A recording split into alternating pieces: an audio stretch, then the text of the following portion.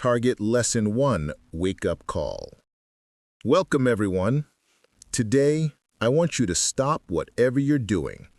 Just pause. Sit down. Take a breath. Because this, right here, might be the most important few minutes of your day, maybe even your life. Every single morning, millions of people wake up and start running toward comfort, money, attention, or some vague idea of success. But very few ever stop and ask themselves a simple question. Why am I doing this? See, life isn't about running fast. It's about running in the right direction. Most people confuse movement with progress. They think being busy means they're growing. But no, sometimes being still, being silent, is the first step to true change. Today, I'm asking you to stop chasing distractions. Put your phone down, shut off the noise, and for once, listen to yourself. You've got dreams buried deep inside. You've got potential you haven't even touched yet. But you'll never find it if your mind is always running, if you're always chasing what doesn't matter. Every great story, every success begins with this exact moment, the decision to stop drifting and start waking up. So today, wake up to your power. Wake up to your purpose. Wake up to the life you've been ignoring. Because your time isn't coming, it's already here. The afternoon light drifted through the cafe window, painting soft gold across the wooden tables. The room had grown quieter, though the faint hiss of the espresso machine still filled the background. Edward had finished his sandwich and was now staring down at the pocket watch in his hand. The silver cover caught the sunlight, and for a moment the reflection shimmered across the table like a tiny spark of life. Isabella watched him quietly. Something about that old watch felt important. She could sense the weight of a story inside it, a story untold, locked within the tired eyes of the man before her. Finally, she asked softly, "That watch, it seems special. Was it a gift?" Edward didn't answer right away. His fingers brushed across the surface of the watch, gentle, almost hesitant. When he spoke, his voice was low, careful, like every word carried years of memory. "It belonged to my son, Michael." Isabella felt a pang in her chest. She remembered the photograph inside, the smiling young man. "He looks kind," she said. Edward nodded, eyes distant. He was. He had this way of making everyone feel seen. This watch was his graduation gift. Said it would remind him to never waste a second doing something meaningless. He chuckled weakly, a hollow sound. Funny how life doesn't always give you the time you think you have. A long silence followed. Isabella didn't press. She just listened. Edward went on, his gaze fixed somewhere far beyond the cafe walls. "Michael joined the Marines right after college. Said he wanted to serve, to make a difference. I was proud and terrified.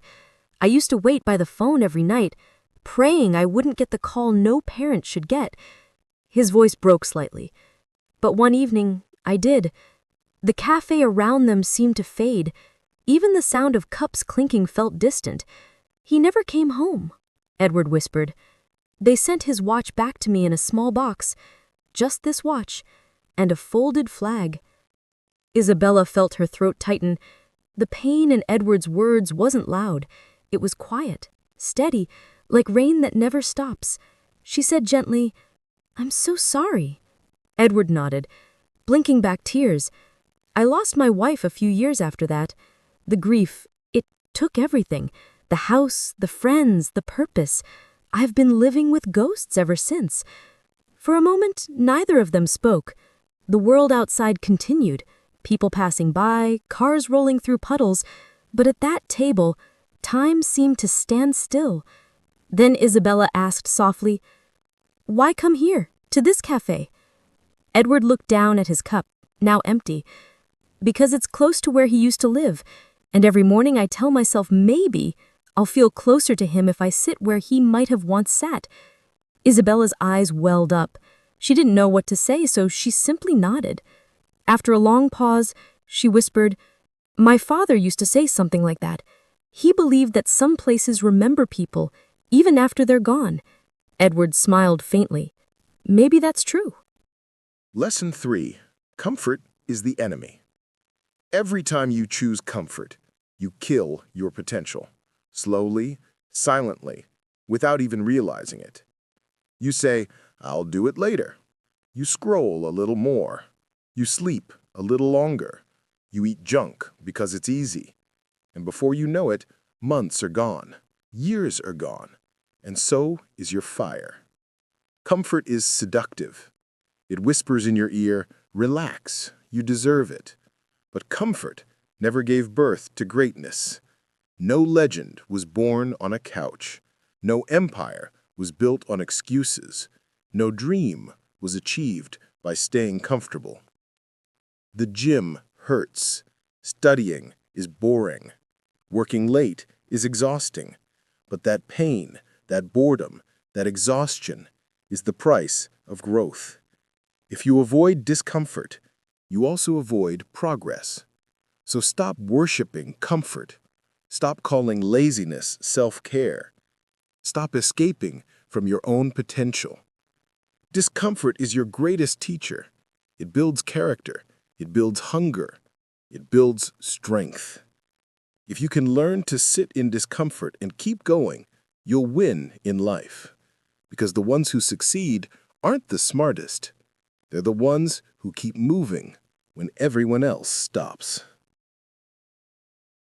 Lesson 4. Discipline is stronger than motivation. Motivation is a feeling. It comes and goes like the wind.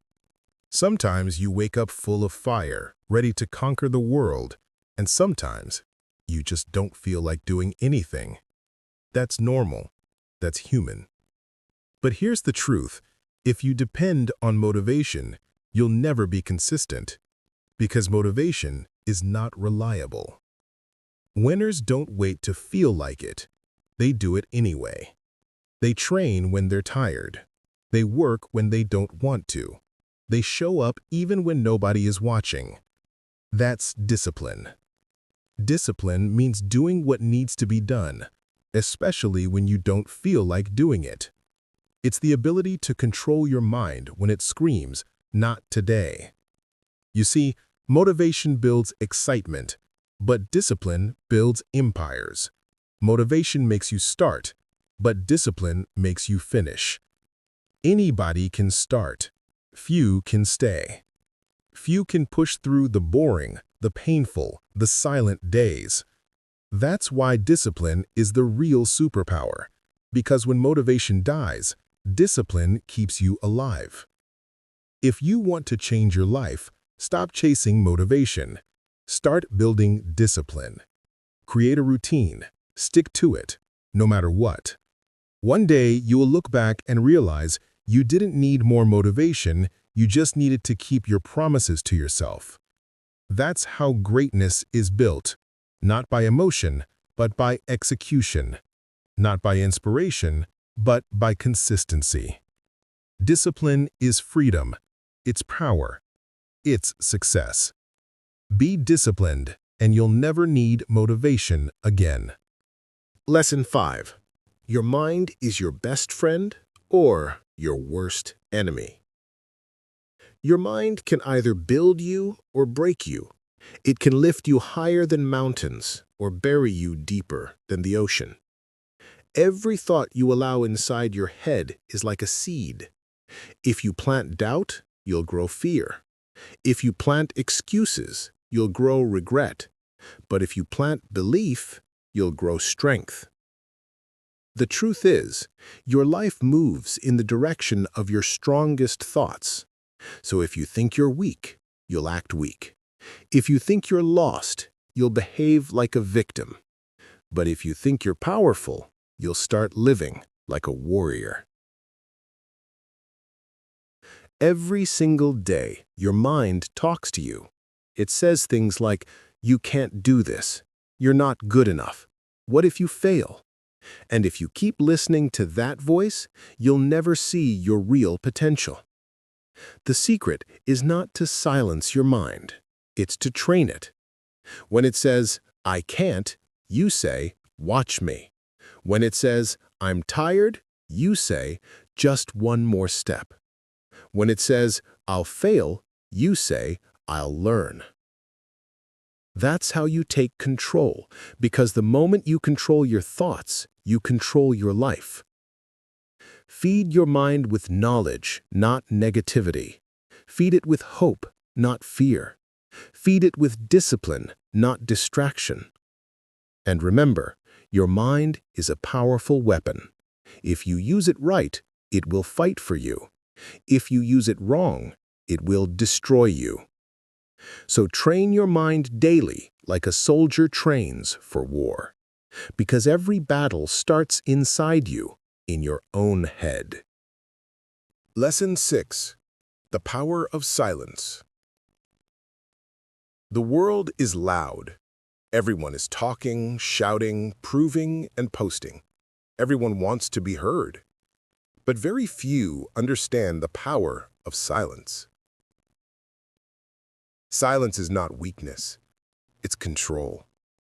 It's strength wrapped in calm. It's the ability to stay still when chaos surrounds you. When you learn to be silent, you start to listen to the world, to people, and most importantly, to yourself. Silence gives you answers that noise never will. It guides you when words lose direction. People will try to trigger you, provoke you, drag you into their drama. They'll want you to respond, to react, to fight back. But remember this: the one who controls himself is the most powerful person in the room. When a storm rises inside you, and you still choose silence, you've already won, because you mastered yourself. Silence builds power. It teaches you that not everything needs a reaction, not every attack deserves attention, and not every opinion requires a reply. Sometimes the loudest scream is the one you never make. The ones who talk the most often have the least to say, and the ones who stay silent carry universes within them. So when the world gets noisy, stay calm, observe, understand, grow. Because silence is not just peace, it's wisdom, it's power, and it's your greatest weapon. Lesson 7. The Art of Patience. Everyone wants success, but no one wants to wait. We live in a world that glorifies speed, fast money, fast fame, fast results. But here's the truth: nothing truly great is built fast. A seed doesn't turn into a tree overnight. It takes time, care, storms, and seasons. Patience is not waiting and doing nothing. Patience is trusting the process while you work in silence. It's believing that your effort will bloom, even when no one sees it yet. Most people quit not because they can't do it, but because they can't wait to see it happen. If you plant today, you won't harvest tomorrow. But if you keep watering, keep believing, keep showing up, the day will come when your hard work bears fruit. The universe rewards consistency, not impatience. Every master was once a beginner who refused to give up halfway. Don't rush your journey. Speed can destroy what patience could build. When you move too fast, you miss the lessons meant to shape you. So slow down, breathe, keep walking. The destination is waiting, but only for those who keep faith while they wait. Because patience isn't weakness, it's power under control. And those who master patience master life itself. Lesson 8. The mirror never lies. Every morning, there is one person you can't hide from. The person in the mirror. You can lie to the world. You can fake your smile. You can act like everything's fine. But that reflection, it knows the truth. It knows when you're not giving your best. It knows when you're wasting time. It knows when you promised yourself tomorrow, and tomorrow never came. The mirror is the most honest friend you'll ever have. It doesn't care about your excuses, your past, your pain, or your plans. It only shows one thing: who you are today. So if you don't like what you see, don't break the mirror, change yourself. Every time you look into that reflection, you have two choices: keep pretending or start transforming. The world doesn't see the hours you waste. The mirror does. The world doesn't see the lies you tell yourself. The mirror does. And one day, that same mirror will either smile back at you or stare at you with regret. So face it every day with honesty. Tell it, yes, I failed yesterday, but today I rise. Yes, I'm scared, but I'll try anyway. Yes, I'm tired, but I'm not done yet. Because one day, you'll look in that same mirror and finally see the person you always wanted to be, and the mirror will say, "You did it." Lesson 9. Starve your distractions. Feed your focus. Right now, there are two wolves living inside your mind. One is called distraction, and the other is called focus. The one who wins is the one you feed more. Every time you scroll for hours on your phone, gossip, overthink, or binge watch for no reason, you're feeding the distraction. And the more you feed it, the weaker your dreams become. Your brain becomes lazy. Your motivation fades.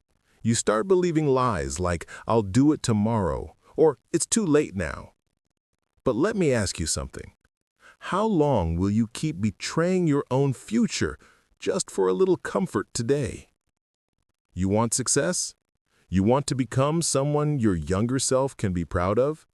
Then starve those distractions. Turn your phone off. Cut toxic people out. Say no to every useless invitation. Set boundaries like a warrior. And then sit down and feed your focus. Read. Work, learn, build, fail, try again. Focus is not natural. It's trained like a muscle. The more you use it, the stronger it becomes. Imagine this. If you give your full focus for just 1 year, 365 days of pure effort, your life will look nothing like it does today. That's not magic. That's mathematics. That's discipline. That's real. Starve the wolf that destroys you. Feed the one that builds you. That's how you win. Let me say this in the rawest, harshest way possible. Life doesn't owe you anything. The world doesn't care about your potential. It only rewards your performance. You might be a good person. You might have a big heart. You might have big dreams. But if you're not working, if you're not showing up, if you're not proving your worth, life will ignore you. That's the truth. You want success? Nobody's going to hand it to you. There's no fairy coming, no genie, no perfect timing. It's all on you. You've got to stop crying for help and start fighting like hell. Stop waiting for someone to believe in you and start becoming someone you believe in. That hunger, that fire, that rage to rise, it has to come from inside. Nobody is going to feel it for you. Yes, life is unfair. Yes, you'll have to suffer more than others. Yes, some people are more privileged. But so what? Are you just going to sit there and complain? Or are you going to stand up and say, I don't care how hard it gets, I'll make it happen? This life is not a gift, it's a battlefield. You're either fighting or you're dying slowly. So wake up every day with this mindset. Life doesn't owe me a damn thing, but I'll still take everything I deserve. I'll work harder. I'll suffer more. I'll show up earlier. I'll keep going when everyone quits. And one day, when they ask you, how did you do it? You'll smile and say, I stopped expecting life to be easy and started demanding more from myself. You want a crown? Then earn it with blood, sweat, and obsession. That's the price. Pay it. Lesson 11. Pick yourself. They won't clap for you until it's too late. They won't believe in you until you've already made it. They won't support you when you need them the most. So, what should you do? Pick yourself. Stop waiting for permission. Stop waiting for someone to say you're good enough. Stop waiting for that phone call, that message, that chance, that stage, that lucky break. Pick yourself. Because you are not here to be chosen. You are here to create, to lead, to win. The most successful people in the world didn't wait. They started. They didn't beg for approval. They approved themselves. J.K. Rowling was rejected 12 times before Harry Potter was published. What if she had waited for someone to believe in her? She picked herself, and the world followed. Solution: write your own name on the opportunity. Start that YouTube channel. Start that book. Start that podcast. Apply even if you don't feel ready. Tell yourself every single day, I don't need anyone to pick me, I pick myself. Because the world can't ignore someone who believes in themselves so deeply that it becomes impossible not to notice. Lesson 12. No risk, no story. Every great story you've ever heard, every success, every legend, every dream come true, started with one thing: risk. If you want a life that people remember, you have to step into the unknown. No hero ever became great by playing safe. No dream was ever achieved by staying in the comfort zone. The truth is, comfort kills more dreams than failure ever will. You may fail, you may fall, you may lose, but at least you'll know you tried. You'll have a story worth telling, not a regret worth hiding. So take the chance. Start the business. Speak your truth. Say yes when your heart says go. Because one day, when you look back, the only thing that will matter is, did you live bravely? Did you risk enough to truly live? No risk, no story. Lesson 13. The clock is ticking. Every second you waste is a piece of your life you'll never get back.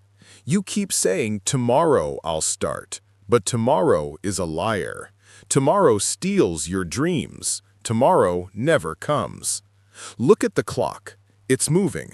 Time doesn't wait for your motivation. It doesn't care about your excuses. It just moves, silently, while you decide whether to act or to stay the same. You have two choices: keep wishing or start working. Keep dreaming or start doing. Keep waiting or start living. You don't need the perfect moment. You need to make this moment perfect. You don't need to see the whole path. You just need to take one step today. The clock is ticking. Your dreams are calling. Your life is passing. One day, you'll look back and either say, I'm glad I did, or I wish I had. So stop wishing, start doing, stop doubting, start believing, stop delaying, start becoming. This is your time.